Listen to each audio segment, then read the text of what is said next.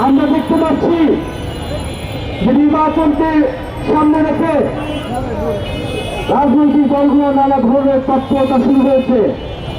আমরা আহ্বান জানাবো বাংলাদেশের মানুষের সাথে জুলাই গণঅভ্যুত্থানের সাথে প্রতারণা করে কেউ বিচারের ব্যাপারে আপোষ করবেন না, তাহলে বাংলাদেশের জনগণ আপনাদের কোনোদিনই ক্ষমা করবে না। আমরা আজকে সুস্পষ্টভাবে তিনটি দাবি নিয়ে রাজপথে নেমেছি। প্রথমত, শেখ হাসিনাকে দেশে ফিরিয়ে এনে দ্রুত রায় কার্যকর করতে হবে।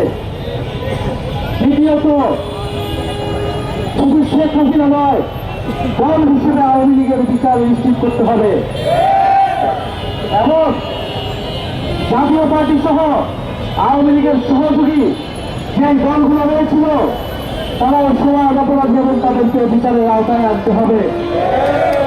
আমরা দেখতে পাচ্ছি জাতীয় পার্টির নামে আওয়ামী লীগ পুনর্বাসনের ষড়যন্ত্র এবং পরিকল্পনা চলছে।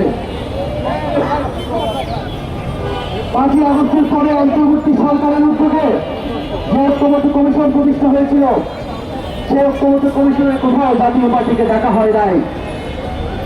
নির্বাচন কমিশনের সংলাপে জাতীয় পার্টি এবং 14 দলকে কোথাও ডাকা হয় নাই।